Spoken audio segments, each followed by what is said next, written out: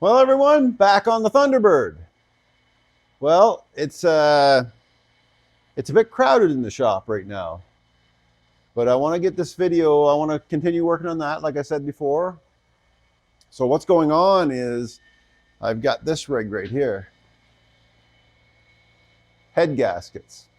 So as you can see, the old shop is quite crowded, but I think I'm going to be able to move that. I'll move my workbench and the toolbox outside, and I'll be able to get into the right there into the Thunderbird. Anyway, I've got these heads I've been working on now. I'm just waiting for parts, so I got to clean the heads up more. I got to clean the block up more on the 3.4 Pontiac Torrent. By the way, that's the one I did 3 years ago.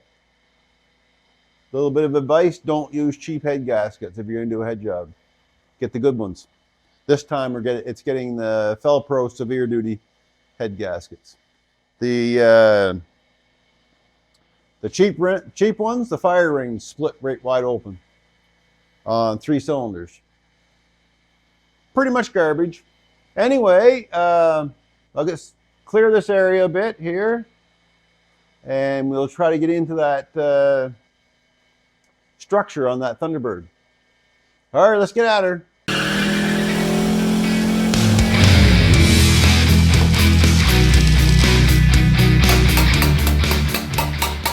This is where we left off on this car. I was doing this this piece of structure. So this piece, for anybody who's just catching up on this channel or new to the channel, this piece goes between the outer and inner frame structure. So this is the outer structure here, and there's another piece on the inside is the inner structure. I put a new piece on here. That's new. So what this piece is, it's more support that goes right down between the two, and it's all welded in as one. But before I can put it in place, I need to cut this access hole out and flange it.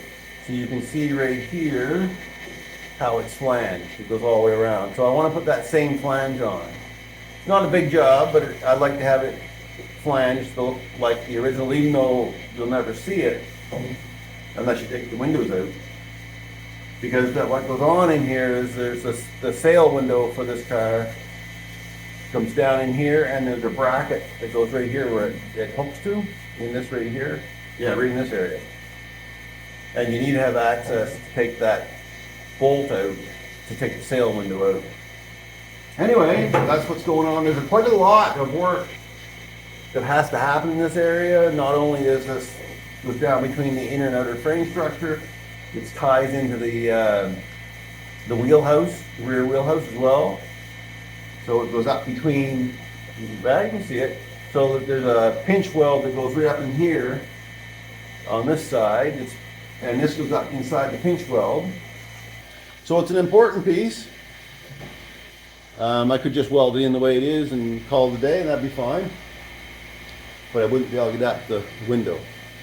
So let's get this out, but before I do it, I want to put a couple holes in a couple of places so I can return to the exact same spot with clecos. I'll put clecos in rather, so I can return it to the same spot. So I only need a couple. There's a nice flange right here. I might put a couple in there, but I'll drill some spots and I'll get some clecos in it.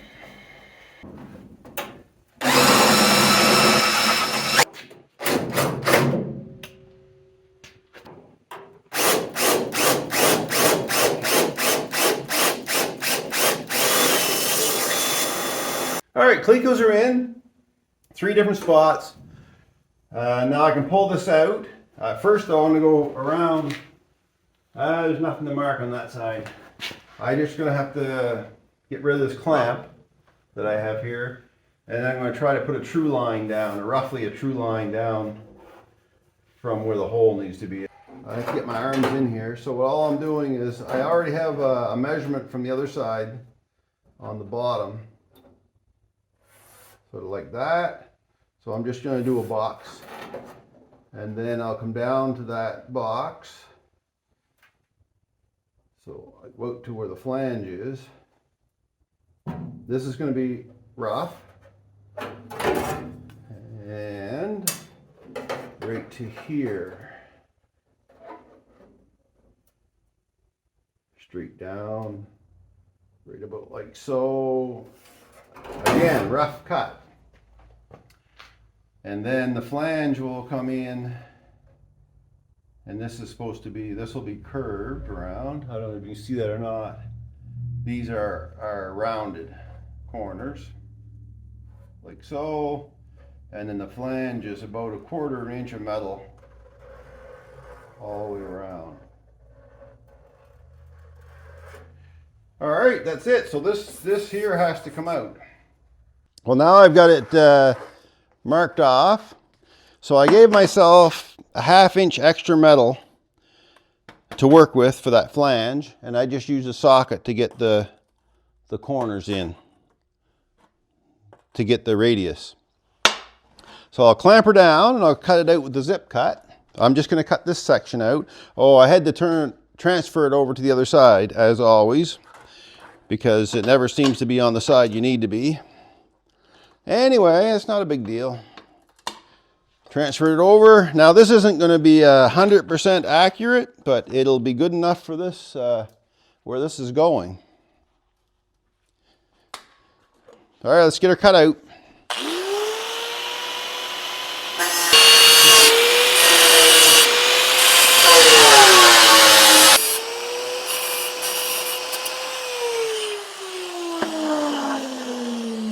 Good. I think that'll do quite well. So now what I'm going to do, I'm just going to use a chisel, and I'm going to set that back. All right, found my reasonably dull chisel, and all I'm going to do is set this down.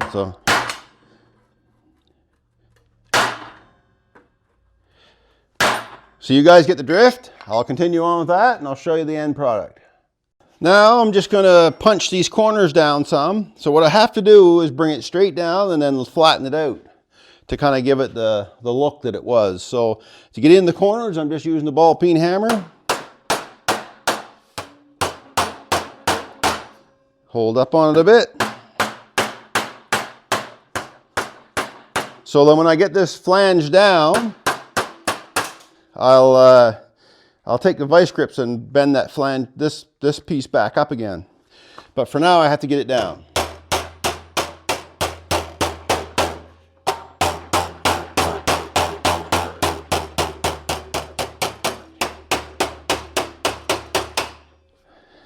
It'll get ugly.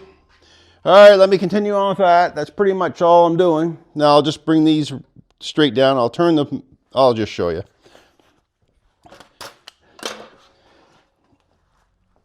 The crowded workbench. I think I have 3 projects on the go here on this deck, on this bench. Get out of the way. So it gets a little bit finicky, and you won't be able to see it unless I bring you around. I think you guys get the idea though. So then I can just get in here and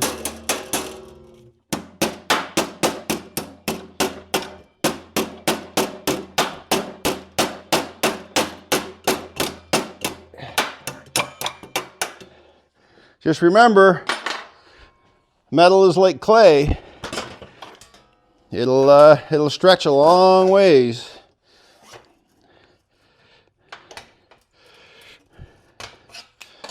Tap that down a bit. There she goes. Put the clamp on it.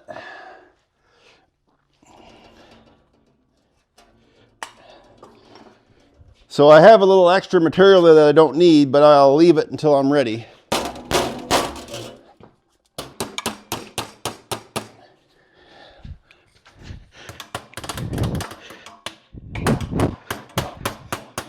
There. I think that will be pretty decent. So what I have to do now, I'm going to take vice grips and I'm going to turn this lip back up. I'll probably split it there some because that's a little bit heavy. It only needs, where's my pencil here?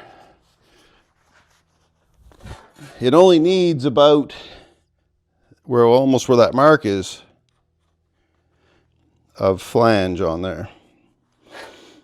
It's roughly. Sort of like that.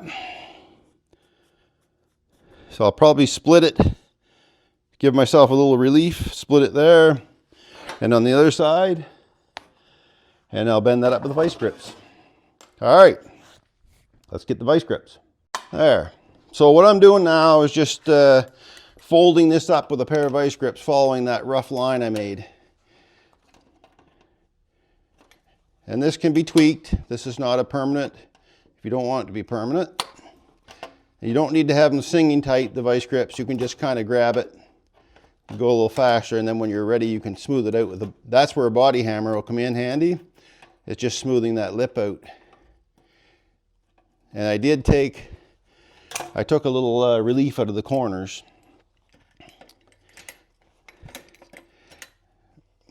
Just because that gets pretty tough in there. There she comes. Run a little bit more there. I think you guys are getting the idea. Come on, you. The corners can be a little bit tough, but you can clean them up with the body hammer on that. And most of this lip that I'm folding up, this part will be cut off and then deburred, because you don't want that on your arms when you're in there putting the windows in.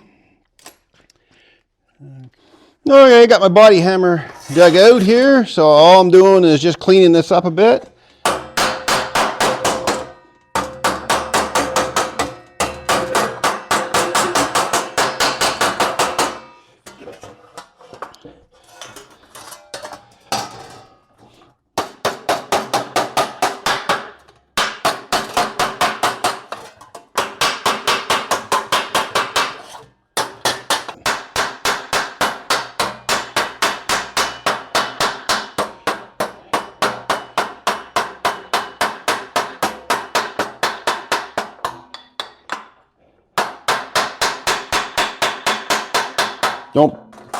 Don't be afraid to use different things.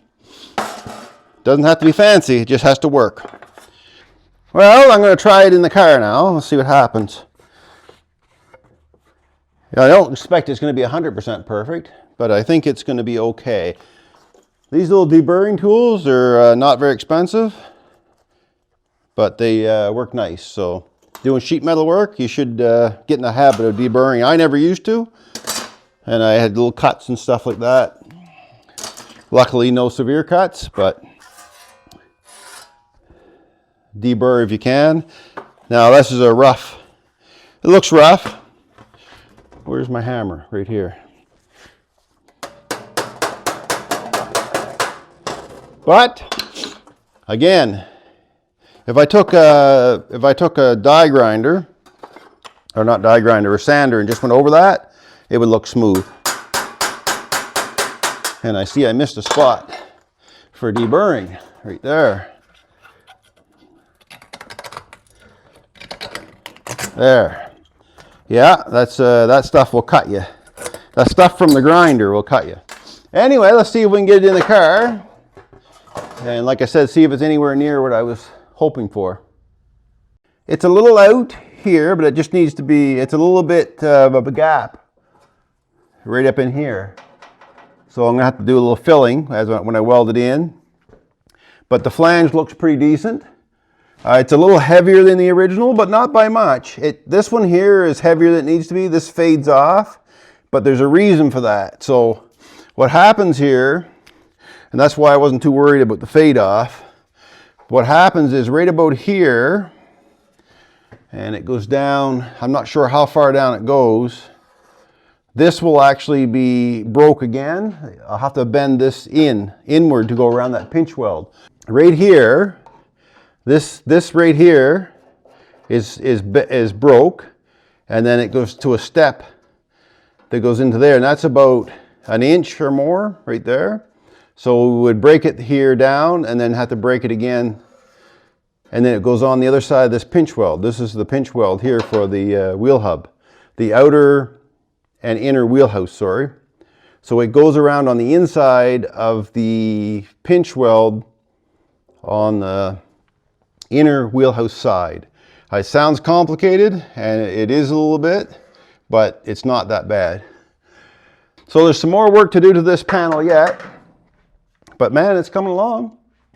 I've been about an hour on this, fiddling with it, getting set up and getting back in the swing of things from Christmas, from before Christmas. So not that big of a job. I think anyone can do it with simple tools. All right, so I'm going to continue on with this. I think that's pretty decent. Like I said, a little short up there. So let's take it back out. And what I'm going to do now, you can see this. I marked it up. I'm going to take it out and I'm going to bend this. I'm going to mold this, form this rather. I'll check the other side to see how far it goes down. But I think the forming, I think right about here is where the pinch weld ended or came over. I'm not sure. I'll check the other side and I'll get it right. So I'll get this out, get the clecos out, get this back off, and one piece at a time, one step at a time. Chew the elephant slowly.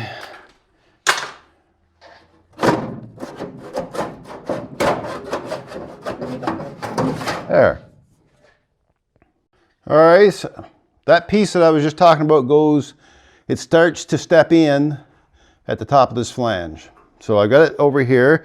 It's going to be the same procedure as I did with the access port, and that was to put it over the bench and use a chisel.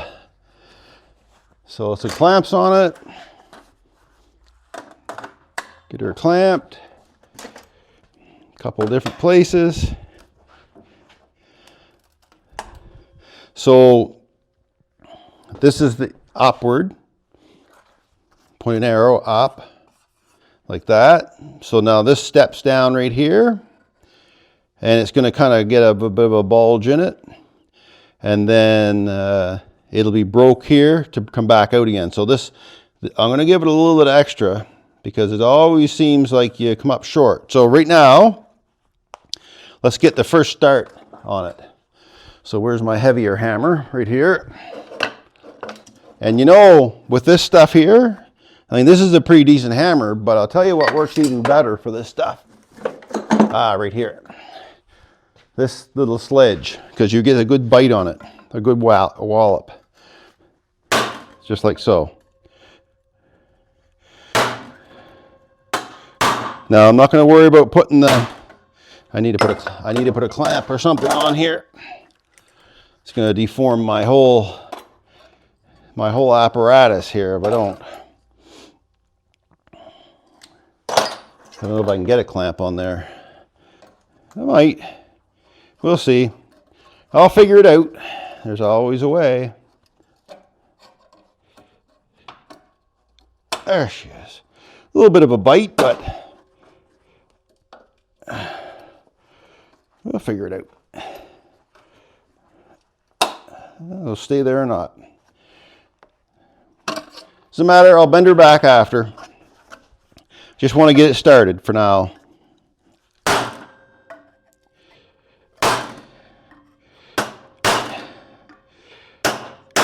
There.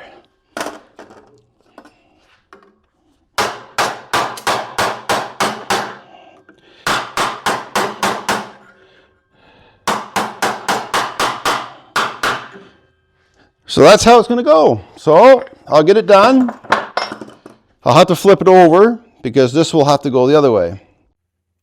Yeah, not too bad. Looking pretty good. It's got a step down there. Got the step here. And it needs a little step right there inward to match that.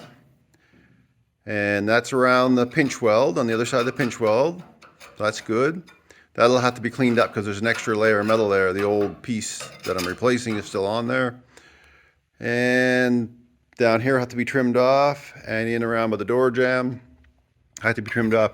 Now, I'm going to leave it like this for now because I have all this lower part of the wheelhouse area to fix up. So I'll leave the clecos in it, and see how it goes when I start fixing up this area here. So I have to do where that 90-degree piece goes in, like I mentioned before. There's a piece that goes around this. It wraps over to here on the inside of that, right up in there. So it wraps. There's another tie-in. It's like just a piece of 18 gauge with a 90 bend on it. Goes down pretty much all the way. Anyway, I was just in editing the videos, clips that I made while I was doing this, and I'm at 20 minutes. I think that's long enough for this video. People start losing interest even after 10 minutes. So what we're going to do, I'm going to leave it, and we'll pick it up again on another video. But I think we got quite a bit done. That's looking pretty good. All right, everyone. Thanks for watching, and we'll catch you in the next one.